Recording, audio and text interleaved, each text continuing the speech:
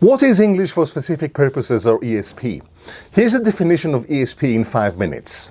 The best way to understand the domain of English for Specific Purposes is by isolating its 3 components that appear in the very title: English, Specific and Purposes. Let's do that, but let's start from the end, from the word purposes. Why that word? Well, because the word purposes holds the key to understanding ESP. Working in an ESP environment means, first and foremost, understanding the purpose of that very class. This means asking questions like, why are these learners in this class? What is the projected or desired end result of this class? What is the target situation, as we call it? Purpose also means how. How can I help these learners reach the target situation? In other words, what I have to look into are the needs of these learners. And the notion of needs is very central in ESP.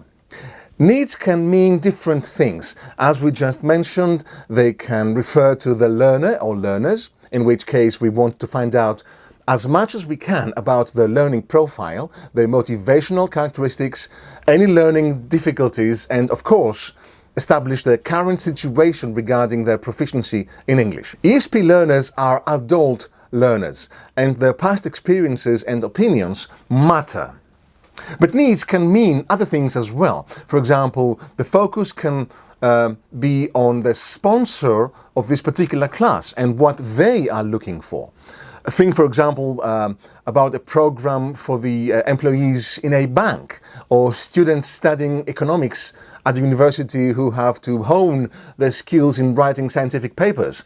Or to change pace completely, think of the architect who wants to make a paper presentation in an international conference on interior design in Shanghai. In each of these cases, the bank, the university department, and the single isolated person have their own perspectives about the target situation, and their opinion has to count. This also raises another key question: how does the teacher collect data? This process, known as needs analysis, is especially important and may require that the teacher, who in this case wears the researcher's hat, uses all the right tools, and there are many. Questionnaires, interviews, focus groups, but also observations, checklists, and any possible document. Depending on the situation, of course, the ESP teacher can choose to merge information from different sources. While thinking about needs, it is particularly important to remember that the aim here is not to blindly serve the perspective of one side of the needs analysis.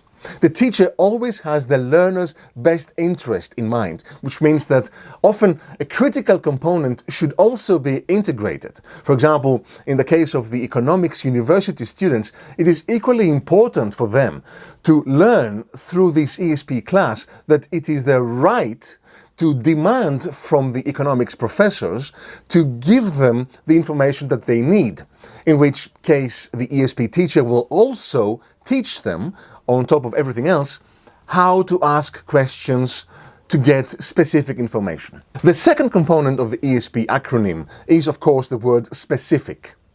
The wonderful thing about ESP is that every teaching context is perceived on its own merit, and all the various facets of it are researched by the ESP teacher, so that a syllabus is designed to meet the needs and demands of that particular context. This means that specificity is important, but what the ESP teacher must decide is how specific their approach should be. In many occasions, the syllabi that ESP teachers end up developing form a mixture of approaches that are unique to each specific situation. And this brings me to the last component of the ESP acronym: English. English is what ESP learners learn, of course, but the ESP teacher is interested to know what English should be learned. This means that the ESP teacher should research the language of the target situation. And as ESP target situations are often quite specific, it's not just the surface, but the underlying characteristics of that language that matter. Who uses it? In which contexts? To what purpose? What features are unique or specific to that language, and what are common to what we call general purpose English.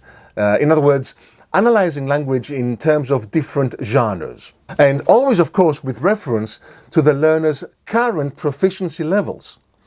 Because of the nature of ESP, learners should be exposed to and work with language that is authentic. ESP teachers play very significant and at times quite demanding roles.